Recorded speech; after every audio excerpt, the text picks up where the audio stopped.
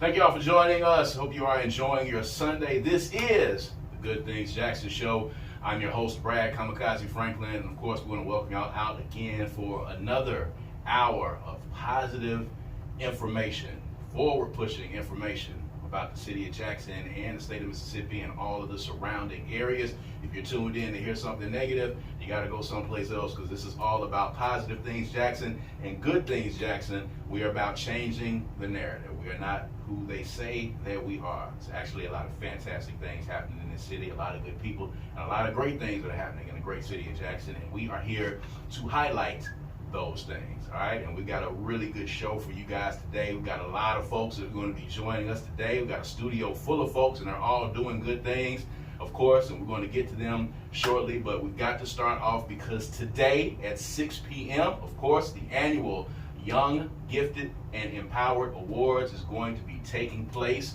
And we have the founder of those awards. We have Miss Shameka Reed in the studio with us. How you doing? I'm good. Thank you so much for having me. Of course. And we appreciate you for being here. So, the Young, Gifted, and Empowered Awards are taking place tonight. You're actually here, and of course, you got this big event that's coming up. Folks are going to be able to watch it as it happens. So you're going to be moving around a lot today. So for those that have been under a rock and don't know what the Young, Gifted, and Empowered Awards are, kind of give them some background on this event. So we started this about 8 years ago, where we are highlighting, we call it the Young, Gifted, and Empowered Awards, and we're highlighting young African Americans, mostly from Mississippi, but we're going to start expanding it out to include people from the South. They are leaders in art, education, community outreach, entrepreneurship, leadership, and innovation. And so again, this is year 8 that we've done this. Since the pandemic, we've kind of done what I call the pandemic pivot, where we are now a 2-hour broadcast. So I'm really, I mean, if I was running around working on this today, we would be in trouble. So it's already done. Right. It's already done, and it's on the streaming platforms, and it's on the the TV stations and everything. They have the broadcast. We don't want to tell them about all the tricks though. All that involved. Oh, we want to make it. Tricks. Yeah. Okay. You Okay. gotta tune in. Yeah. You gotta tune in so you can tune see it. You don't need to know about all the tricks that we do behind the scenes to make stuff like that. Yeah. Absolutely. So what was the inspiration behind you starting this award show and honoring these young African American folks in all of these different fields? So there were a couple of things, and I always share this story. I remember where I was the night that George Zimmerman was acquitted of the murder of Trayvon Martin, and how it made me feel, and how I felt like there was something that everyone needs to do for our community to change the narrative, so we control the narrative more of how we're portrayed in the media and how people perceive us. And so that's really what pushed me to do, is like, okay, I have to make a contribution to our community. I have to help change the narrative. Right. And my background is PR and marketing, and so that felt natural for me. It felt like, okay, use the gifts that you have to continue to help our community with storytelling and things like that. So it was a natural fit for me to do this. And like I said, we've been doing it for 8 years now. Have told over probably 40 or 50 stories of young Black African Americans. All of them are from Mississippi too. And a lot of them share with me that had it not been for us sharing their stories, like, we're the first person that featured the Nationally Cephas's of the world, and now Nationally is going on to develop a huge tech district right here in Jackson, Mississippi. Yes, absolutely. And so a lot of them share with me that had we not shared their story, people wouldn't know about it. Right. So what were some of the challenges? I know when you're putting this event together, and then, getting venues, I know you done it in a couple of different venues, and, you had a team of people working with you, and then you've had the whole, the challenge of, fixing the plane while it's flying, so to speak, when you have these events that are happening, you've got music, and then you've got awards, you've got people, and all of these pieces that you have to move. So talk about the challenges for anyone that's out there listening that has an idea to honor similar, folks in similar fields, that just want to do anything, and have an idea to to put some type of event together. What were some of those challenges? I think one of the biggest challenges that we all face will be the financial side of it, getting it paid for. It's not a cheap undertaking. Even moving from having an in-person event to having a 2-hour broadcast, even with that, I worked with 4 different production companies just to pull this broadcast together. And so the funding is one of the biggest challenges, because you have these big grandiose dreams about what you want it to look like, but of course funding always comes into play with that. And so I would think that was one of the biggest challenges. But for me, when I have a budget, I'm going to work within that budget and I'm going to make something happen. It may not be as big and grand as I would want it to be, and that's kind of where I have a bigger picture for YG&E. We hadn't quite got there yet. I hope by year 10 we will. But I always start with the biggest picture in mind, and then I work my way backwards. And because for me to make it happen is the most important thing. Right. So talk about that vision. Talk about what you hope is going to happen into year 10 for YG&E. Ultimately, what is your vision for these awards, and ultimately, what is it that you want to see happen? So we're getting there. I'm excited about how we're getting there. So starting out, we just had the award show. And you were part of the very first award show, and you've been a part of just about every award show at some point throughout these 8 years. At some point, in some kind of way, I'm calling you every year, like, Brad, or Kamikaze, I need this, and you always show up for me. So it is, we're getting there. So first year was just the award show. Then we started to build this network of people from around Mississippi that are doing these great things. So why not pair these people with students in JPS? Then we brought in the Youth Summit. And so we finally got back to do the Youth Summit this year because we had that 2-year break because of COVID. And we were able to do that again this year. And then after the Youth Summit, we expanded a little bit more and added a magazine to it. And now we have a Roku station and we have an app. So for all of you that are listening and you're not in the metro area where you can watch it on WLOO My 35, you can download the YG&E TV app, and you can watch it on there. We have other different content on that app as well. So it's a streaming platform.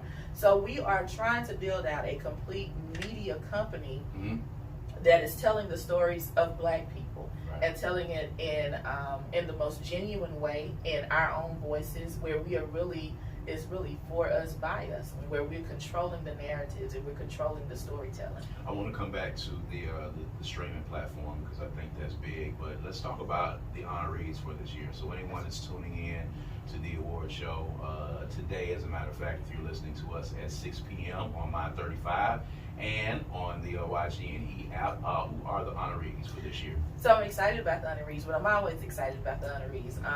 But for Artist of the Year is Angie Thomas, who is a New York Times bestseller. Awesome. And Leader of the Year is Trey Baker, who was a very important advisor to the Biden campaign and then the administration. So he's our Leader of the Year. Entrepreneur of the Year, Takia Williams with Mama Nature's, who has really just taken this whole health and wellness in our community to the next level. Innovator of the Year is Courtney Woodruff, who does a lot of tech development. He started out with the Trainers Vault, and now they have a SIN. I'm sure I got that wrong. I think I do. But he's one of our innovators. He's our Innovator of the Year. Educator of the Year is an organization called Mississippi Farm to School that provides fresh produce and farm products to school districts and teach school districts how teach their students how to farm and grow their own food.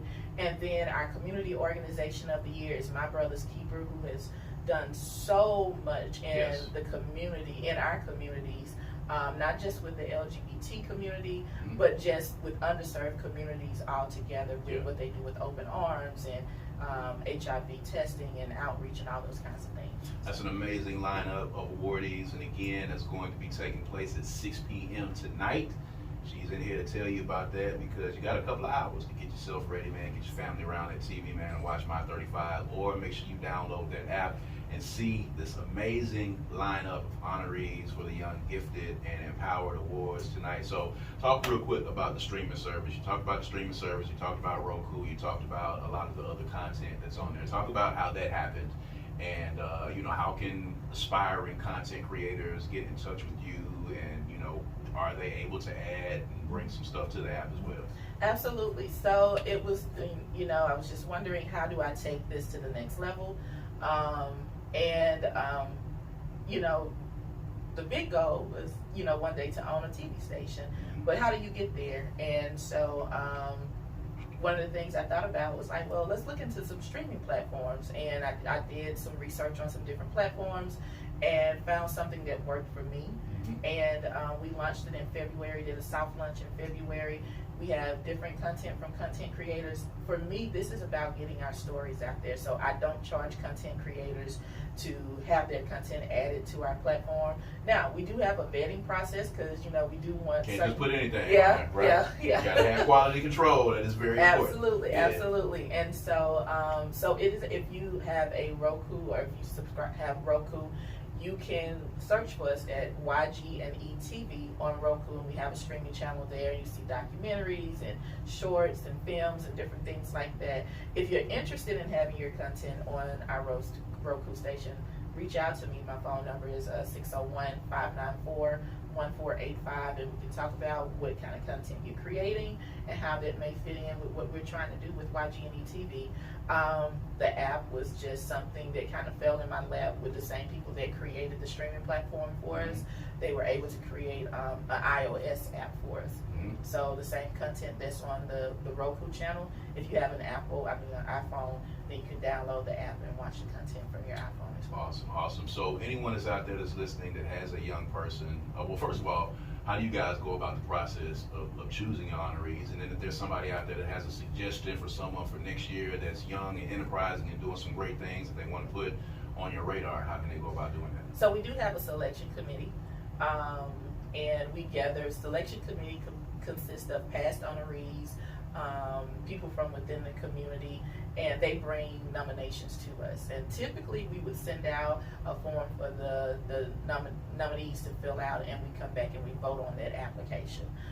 Sometimes that varies a little bit just depending on where we are with the committee, but that's how. Also, if you want to recommend someone, you can go to our website, Young, Gifted, and Empowered, and there's a tab on there where you can send us an email, younggiftedandempowered.com, where you can send us an email to share like, hey, we think these people or this person is doing some excellent work and feel like they fit within one of our categories, and send us a recommendation. That's fantastic. So 6 p.m. tonight on My 35.